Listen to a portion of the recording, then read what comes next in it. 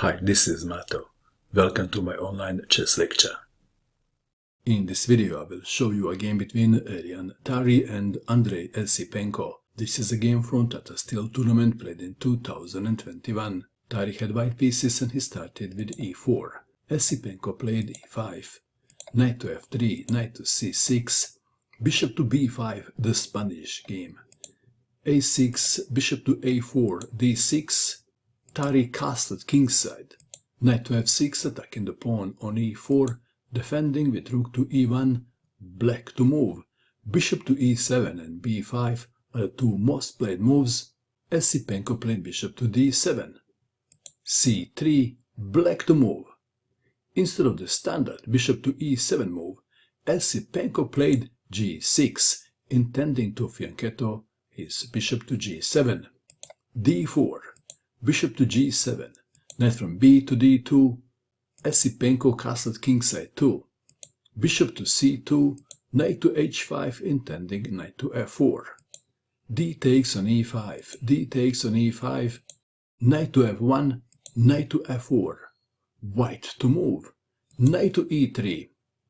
Well, bishop takes on f4 would be a bit impatient, then pawn takes bishop, and if queen to d2, then bishop to h6.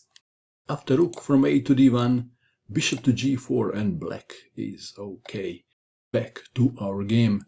So, Tari played knight to e3, intending knight to d5, king to h8, knight to d5, challenging the knight on f4, knight to e6.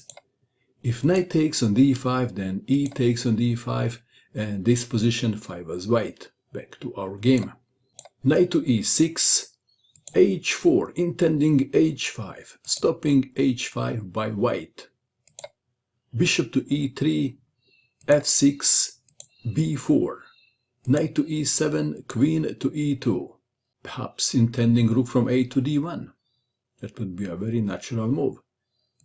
Knight to c8, and now c4, cementing the knight. The white knight is positioned nicely on d5, and perhaps c6 was expected. Queen to e8 was played. Let's take it back. So if c6, then knight to c3, after a5, a3, and white is still slightly better. Back to our game. Queen to e8, c6 is better than queen to e8.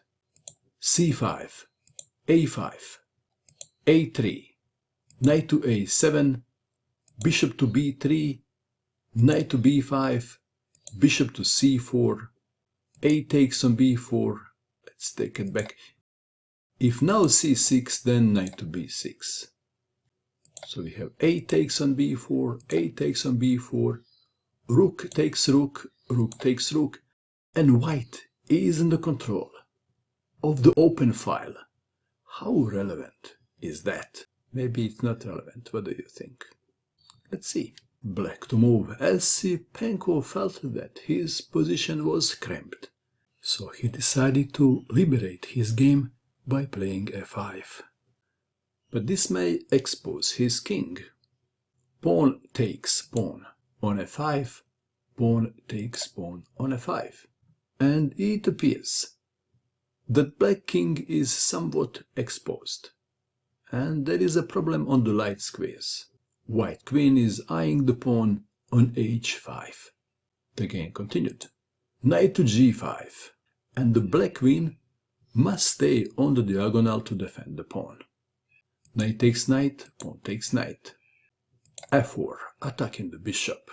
What is the best square for the bishop? What would you do?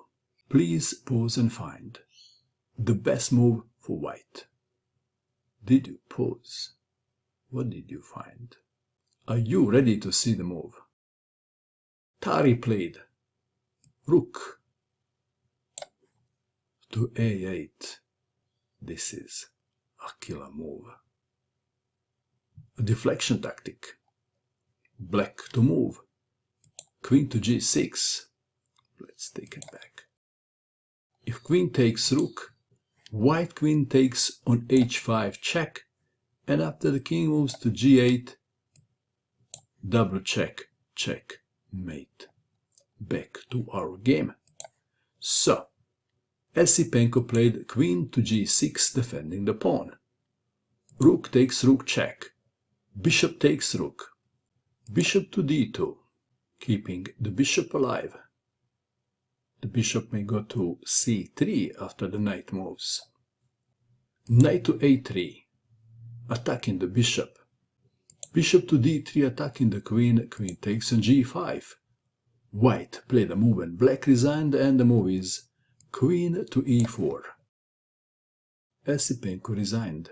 For the entertainment purpose, I will show you just one line. Queen to g7, preventing checkmate on h7. Then bishop to c3, threatening bishop takes on e5. Bishop to d6 could be a very desperate defense. White can take the bishop, but knight takes on f4 is a very nice move. And if knight to b5, attacking the bishop on c3, then knight to g6 check, and after king to g8, bishop to c4 check. If king goes to h7, then knight takes on e5 check. And I guess we can stop here. What do you think of this game? And that is all. I hope that you enjoyed watching this video. I wish you good luck with your chess, and bye for now.